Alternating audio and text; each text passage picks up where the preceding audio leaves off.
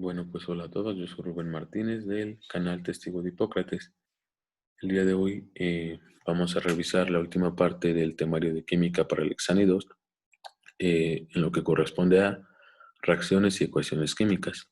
Antes de empezar, les quiero comentar que, bueno, con este video estamos llegando al final de la parte de salud, pero pues voy a estar subiendo, obviamente con un poco más de tiempo, lo que corresponde a matemáticas, español e inglés, para que después de algún tiempo en el canal haya una guía completa para que ustedes puedan estudiar. Quiero pedirles que se suscriban si no se han suscrito y que compartan este video con sus amigos, conocidos que también van a presentar examen o que puede que les interese este video. Bueno, sobre todo, claro, si es que estos videos les están siendo útiles, ¿no? También antes de empezar, bueno, el canal fue creado con la intención de subir temas de medicina también. Entonces, pues, voy a empezar a subir videos de temas básicos como fisiología, anatomía, bioquímica, histología o embriología, para que si estos temas les son de su interés, ya que entran a su carrera, pues los vean también, ¿no? Ahora sí vamos a empezar. En cuanto a los temas, pues se me olvidó poner aquí el temario como tal, pero las diapositivas están organizadas en el mismo sentido que el temario, así que no hay mucho problema con eso. Entonces, el primer tema es la clasificación de las reacciones químicas, síntesis, descomposición, desplazamiento simple o doble, reacciones redox y neutralización.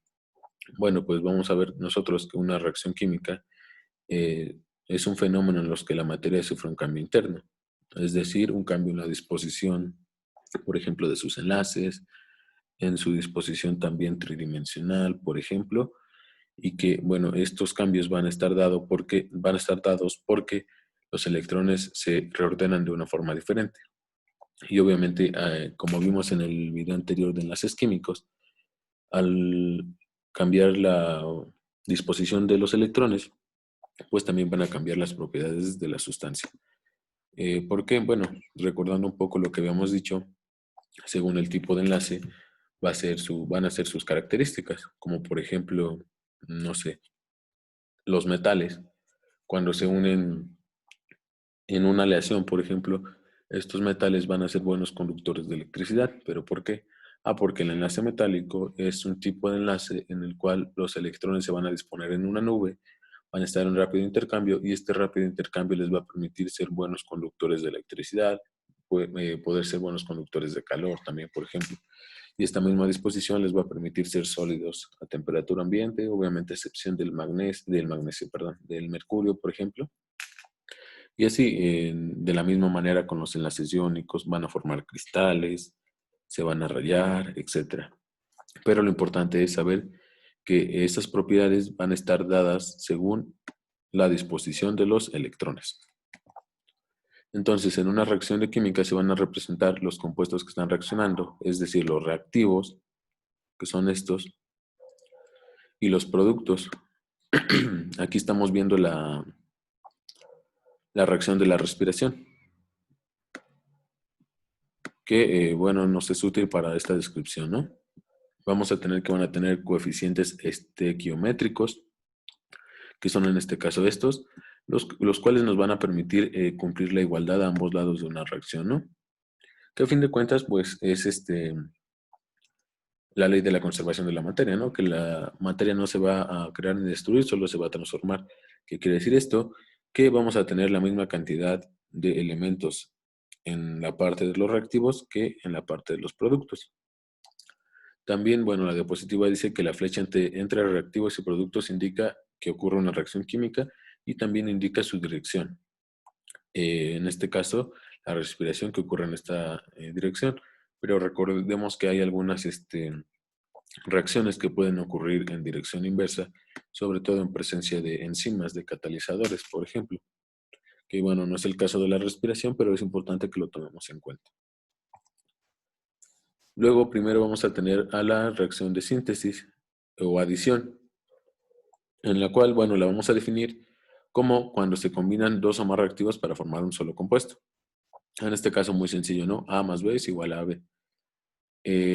Podemos poner, por ejemplo, hidrógeno más cloro, igual a ácido clorhídrico, por ejemplo. Que bueno, esto lo podemos ver desde el punto de vista de solo elementos químicos, pero también es cierto que una reacción de síntesis puede ocurrir entre moléculas, por ejemplo, no necesariamente tiene que ser así de simple, pero para fines de descripción creo que es útil. En este caso, pues recordemos el carácter positivo del hidrógeno, el carácter negativo del cloro al ser un no metal, y nos va a dar ácido clorhídrico. ¿Ok? Luego vamos a tener la reacción de descomposición, o también se le conoce como análisis, que, la podemos definir como las reacciones en las cuales a partir de un solo compuesto se obtienen dos sustancias o a partir de un compuesto se obtienen cosas más simples, que también pudiera ser otra definición. Y como les estaba diciendo, es exactamente lo inverso a una reacción de síntesis, porque aquí de un AB se va a formar A más B. Y aquí tenemos varios ejemplos, ¿no? Bueno, la verdad desconozco cómo se llaman estos compuestos que están en la segunda fila, pero lo importante es que nos demos cuenta de lo que les estoy comentando. Que un compuesto más complejo se va a dividir en dos cosas más simples. Por ejemplo, aquí el agua, ¿no? Que se va a separar en hidrógeno y en oxígeno. Por ejemplo, el óxido de mercurio, que se va a dividir en mercurio y oxígeno diatómico. En este principio se basa la reacción de descomposición. Claro que hay muchos otros tipos, ¿no? Luego vamos a tener una reacción de desplazamiento simple o sustitución, la cual la podemos definir como cuando un átomo desplaza a otro que forma parte de un compuesto, lo cual lo estamos viendo aquí, ¿no? En este caso es cloruro de calcio más flúor, va a ser igual a fluoruro de calcio más cloro. Y bueno, ¿cómo ocurre esto? Bueno, o más bien porque es una reacción de desplazamiento simple, porque este flúor va a llegar, va a venir, va a desplazar al cloro y el cloro se va a quedar solo.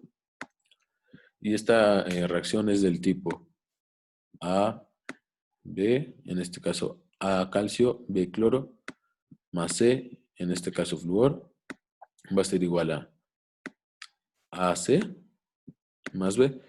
Y bueno, aquí estamos viendo cómo es que ocurre este desplazamiento, ¿no?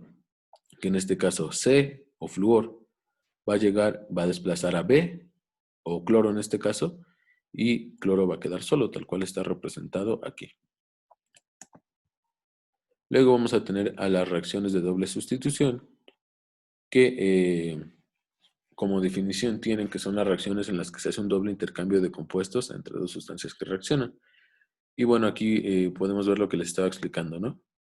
Que se puede representar con letras. En este caso, ácido sulfúrico, este es sulfuro de sodio, este es ácido sulfídrico, bueno, aunque en teoría puede estar mal llamado, se debería llamar sulfuro de hidrógeno, y en este caso sulfato de sodio. ¿Qué es lo que va a pasar? De que va a haber un doble desplazamiento. ¿Por qué? Porque, bueno, A en este caso es el hidrógeno. A se va a juntar con D, en este caso el grupo azufre, y C, que este es un grupo sulfato, se va a juntar con el sodio para formar este otro compuesto. En esto se basan las reacciones de doble sustitución. Aunque claro está que hay muchos otros ejemplos, pero solo para fines de aprendizaje, pues creo que es un buen ejemplo, ¿no? Bueno, aquí creo que se borró la parte de la reacción de neutralización, pero eso sí lo puedo representar fácilmente ahorita con una reacción.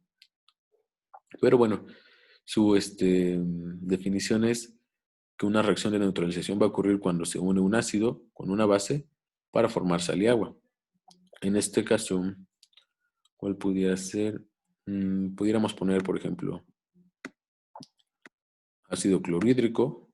En este caso, pues obviamente sería el ácido, más una base que pudiera ser, bueno, para que sea lo más sencillo posible, vamos a poner en este caso hidróxido de sodio, que es una base. De hecho, si nosotros lo viéramos como en escala de pH, estos dos casi son los extremos. Por ejemplo, el hidróxido de sodio es de los más básicos, de los compuestos con pH más cercano al 14. Y por ejemplo, el ácido clorhídrico es de los más ácidos, con un pH muy bajo. Este ácido clorhídrico que en el cuerpo humano llega a dar un pH de 0,8 aproximadamente. Entonces, ¿qué es lo que va a pasar? Que estos dos se van a neutralizar. Es decir, van a neutralizar su carácter ácido y su carácter básico. ¿Y cómo es que va a ocurrir esto? Pues porque van a formar una sal. En este caso sería cloruro de sodio más agua. En este caso ni siquiera tenemos que balancear la ecuación porque, pues, como podemos ver, está perfectamente conservado. Ok, bueno, es de mencionar importante que, bueno, este principio se sigue en el cuerpo para solucionar enfermedades como, por ejemplo, la acidez, la gastritis. ¿Por qué? Porque, pues, bueno, muy seguramente ustedes habrán escuchado el medicamento Melox. Pues el Melox lo que hace es cumplir una reacción más o menos similar. ¿Por qué? Pues porque en este caso el medicamento no es hidróxido de sodio, me parece que es hidróxido de magnesio. Lo que va a hacer este hidróxido de magnesio es llegar al estómago y neutralizar este carácter de ácido clorhídrico que está para, digamos, modular un poco el pH. Este ácido clorhídrico que claro que está en el cuerpo y es muy importante a nivel estomacal, pues como protección, por ejemplo, contra agentes patógenos. eh, Da un pH que es necesario, por ejemplo, para la absorción de algunos nutrimentos que pues se absorben en muy poca cantidad en el estómago, pero es importante. Y que de hecho este ácido clorhídrico, bueno, solo a manera de comentario, obviamente no es necesario que se lo aprendan, es producido en el cuerpo por las glándulas oxínticas o células parietales. Y bueno, esta es su función. Y en este principio se basan básicamente estos medicamentos antiácidos, ¿no? En producir reacciones de neutralización. Luego vamos a tener a las reacciones de oxidorreducción, que pues creo yo que es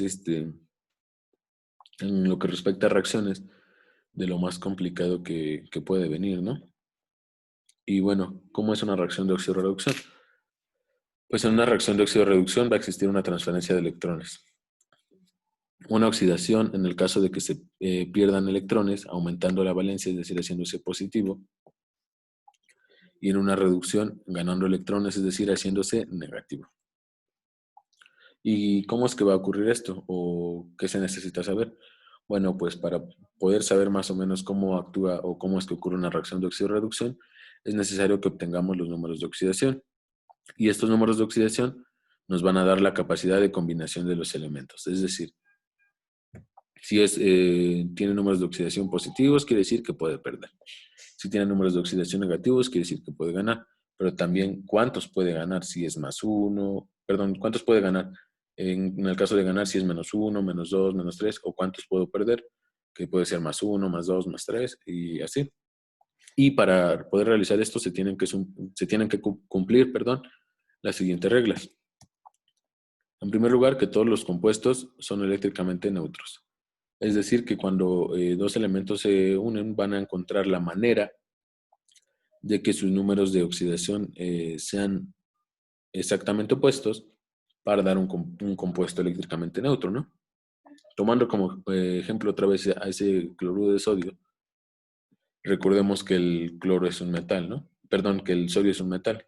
Entonces, va a tener un número de oxidación positivo. Y que el cloro es un no metal, es decir, que va a ser negativo.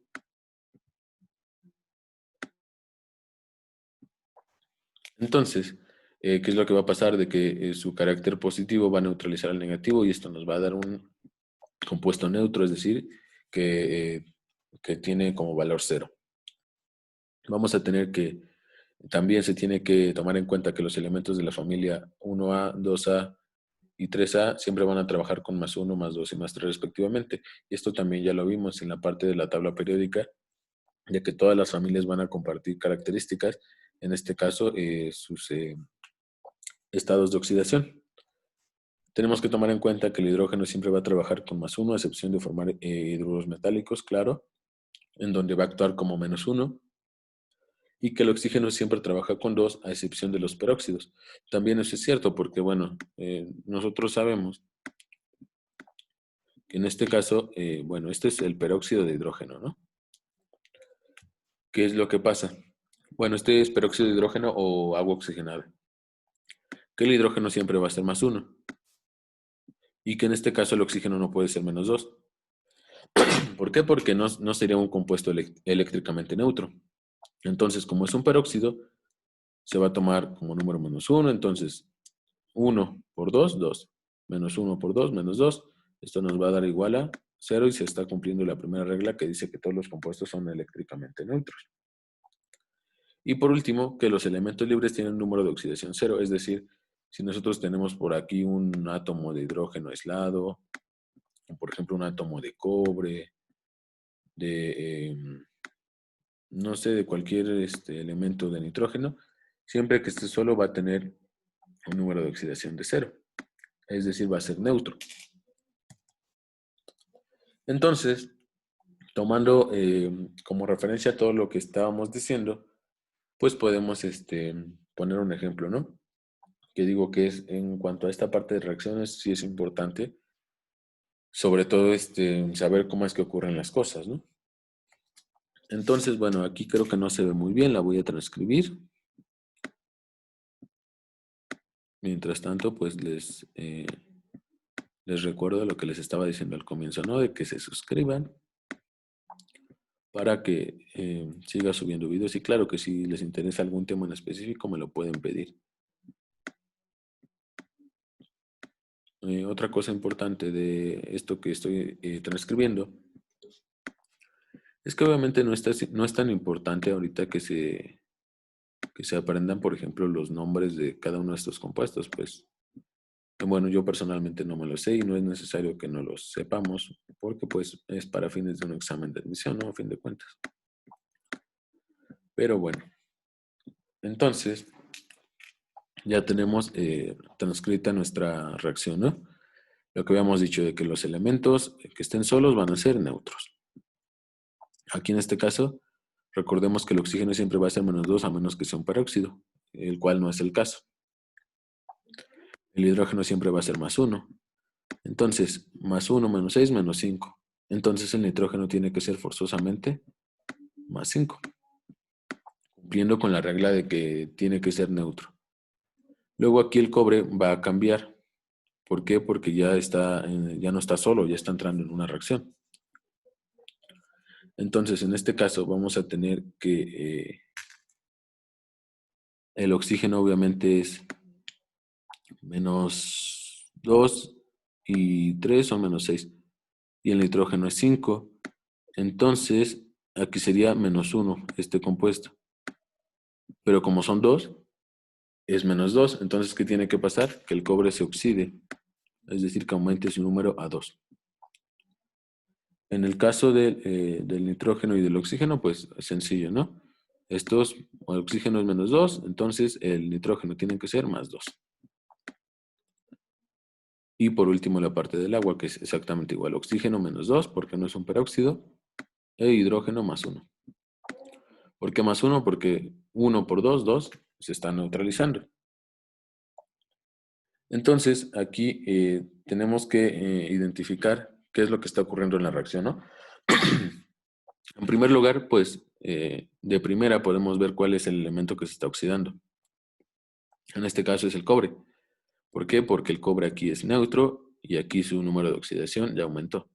Es decir, se está oxidando. Entonces, si hacemos una semirreacción, que sería así, aquí estaríamos viendo que el cobre se está oxidando.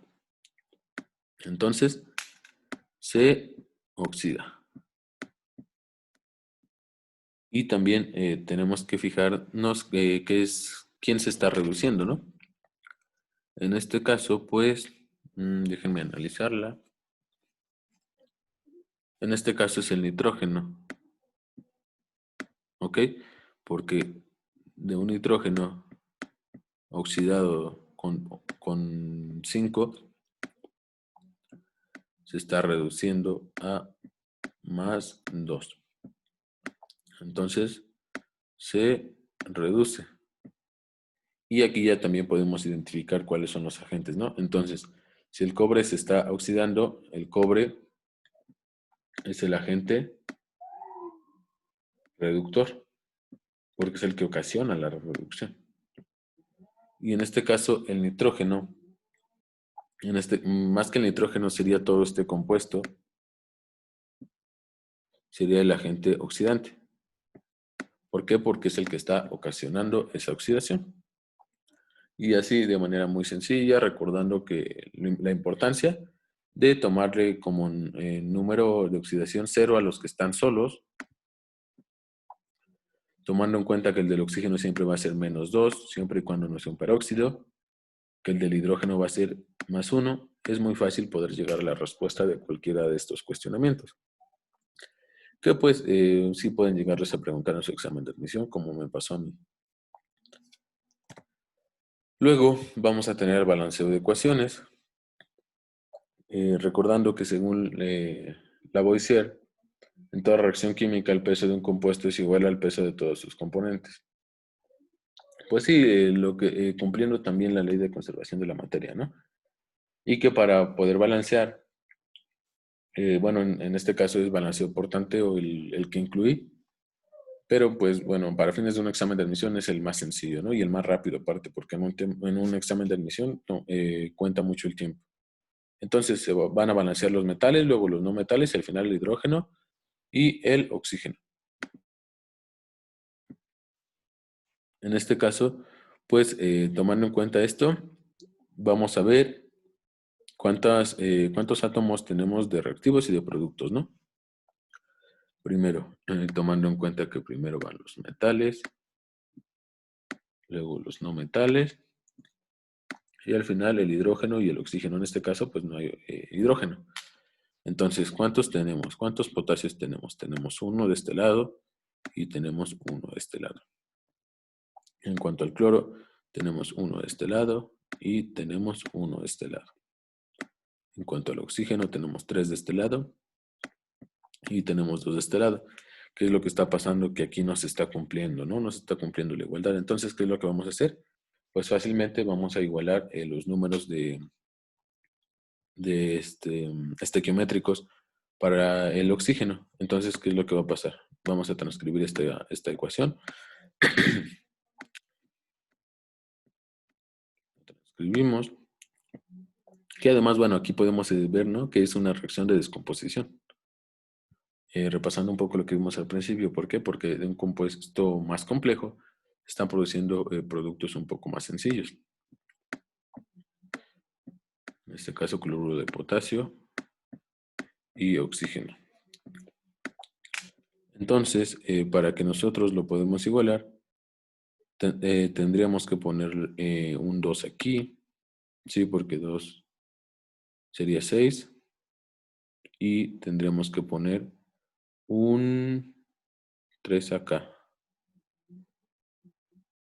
Sí, un 3 acá. Para cumplir esa igualdad de 6. Entonces lo hacemos nuevamente. El potasio ya van a ser 2 del lado izquierdo y 1 del lado derecho. O sea, ya está variando un poco más, pero ya teniendo el oxígeno va a ser más fácil. Luego, siguiendo el orden que está indicado acá arriba, de que luego los no metales, vamos a tener 2 acá y 1 acá. En el caso del oxígeno, vamos a tener 6 acá y 6 acá. Entonces, bueno, se está cumpliendo esta parte del oxígeno. Entonces, ya por último, vamos a ver que podemos transcribir nuevamente otra vez todo y ya solo buscar la igualdad del potasio y del cloro.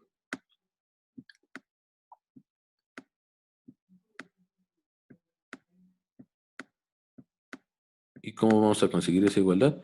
Pues solo nos falta un potasio de este lado, pues fácilmente ponemos un 2 aquí, ¿no? Entonces vamos a tener otra vez nuevamente metal, potasio 2, potasio 2, cloro 2, cloro 2, oxígeno 6, 6. Y ya está balanceada nuestra ecuación. Entonces, pues únicamente para repasar rápido, en un instante, pues van en este orden. Metales, no metales, hidrógeno, oxígeno. En este caso no hay hidrógeno. En la ecuación inicial vemos la distribución, vemos que no es igual, igualamos al que no es igual, en este caso el oxígeno. Una vez igualado, vemos que se desiguala aquí, pero si añadimos un 2 aquí, queda perfectamente balanceada. Digo, es un solo ejemplo, pero creo yo que es lo expliqué de una manera muy sencilla, espero que me hayan entendido. Y si tienen algún comentario, pues me lo pueden dejar ahí abajo, que siempre los leo, ¿ok? Luego, la parte de termoquímica, que son más que nada las reacciones endotérmicas y las reacciones exotérmicas. Bueno, esta parte nosotros la vemos en bioquímica también, obviamente un poco de una manera un tanto diferente, pero para fines de un examen de admisión podemos decir que una reacción endotérmica es aquella que requiere calor para el proceso. En este caso, pudiéramos hablar de la fotosíntesis, ¿no? Que requiere este calor en forma de luz solar.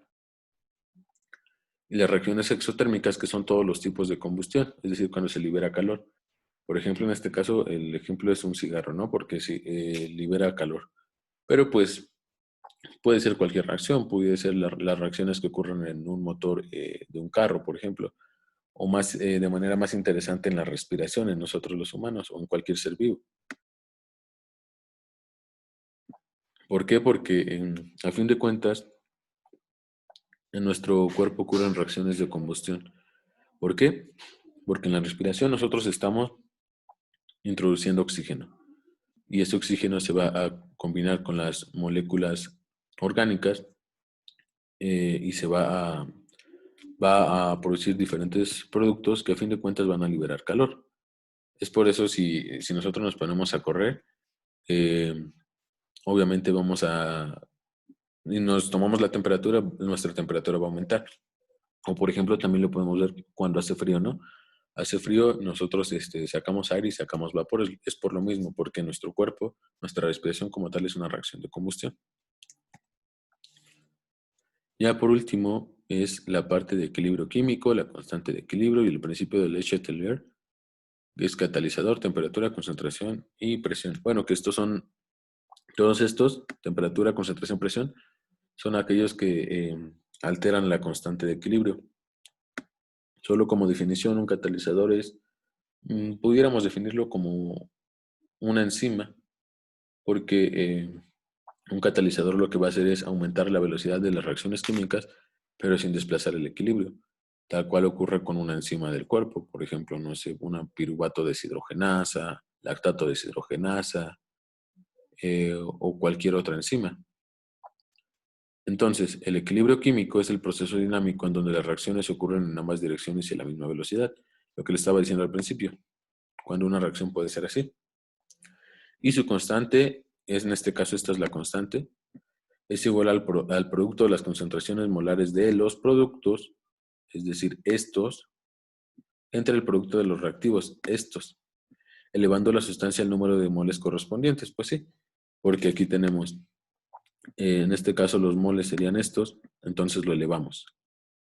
En lo mismo con la D y lo mismo con las demás letras. Que a fin de cuentas, bueno, esto es, digamos, solo para su examen, porque sobre todo si van a medicina, pues es algo que no necesitan saber como tal. Esto. Sí necesitan saber qué es el principio, por ejemplo, para la materia de bioquímica, pero estos cálculos no se realizan dentro de la carrera como tal, por ejemplo, de medicina, de terapia física. puede ser que en la parte en las, ¿cómo se llaman? En las carreras de química, de ingeniería química, pues puede ser que ahí sí, pero para los que van a medicina sobre todo, pues esto no es muy importante. Lo que sí es importante es saber que este equilibrio químico se puede ver alterado por los siguientes factores. Que bueno, aquí ya vamos a hablar entonces del principio de Leche-Atelier y los factores. El principio de Leche-Atelier nos dice que cuando un sistema en equilibrio se sujeta a una acción externa, el equilibrio se desplaza en la dirección que tiende a neutralizar esa acción. Es decir, si nosotros tenemos algo en equilibrio y llega algo que lo perturba, el sistema va a tender a estabilizarse aunque se modifiquen ciertas cosas. En este caso, los tres factores que lo alteran y que de hecho vienen en su temario como tal son la concentración, la temperatura y la presión. Obviamente, si aumenta la concentración de alguna de las sustancias en un sistema de equilibrio, esto se desplazará hacia la reacción que tiende a disminuir dicho aumento, es decir, tratando de compensarse. Cuando se aumenta la temperatura en un sistema de equilibrio, este se desplazará en sentido de la reacción endotérmica. Para lo mismo, para minimizar este aumento de temperatura, una reacción endotérmica que va a consumir esa energía, ese aumento de temperatura. Y la presión, que dice que si a un sistema se le aumenta la presión, el equilibrio se desplazará según la reacción en que las sustancias formadas ocupan un menor volumen. Obviamente también, ¿por qué? Porque, bueno, esto sí es parte de la medicina, sobre todo de la fisiología respiratoria, pero mientras menos volumen de moléculas tengamos, la presión va a ser menor. Y y si no, pues es viceversa. Aunque claro que en el cuerpo no es tan fácil, por ejemplo, hablar de volumen y de presiones, porque en el cuerpo no estamos hablando de un medio atmosférico, por ejemplo. En el cuerpo estamos hablando, por ejemplo, de que hay muchos líquidos que alteran estas presiones, pero bueno, eso es solo a manera de comentario. Creo que esa fue la última diapositiva. Así es, espero que les haya servido. Cualquier duda o comentario, pues me la pueden poner ahí, yo las voy a contestar. Y pues muchas gracias por ver el video, suscríbanse y hasta luego.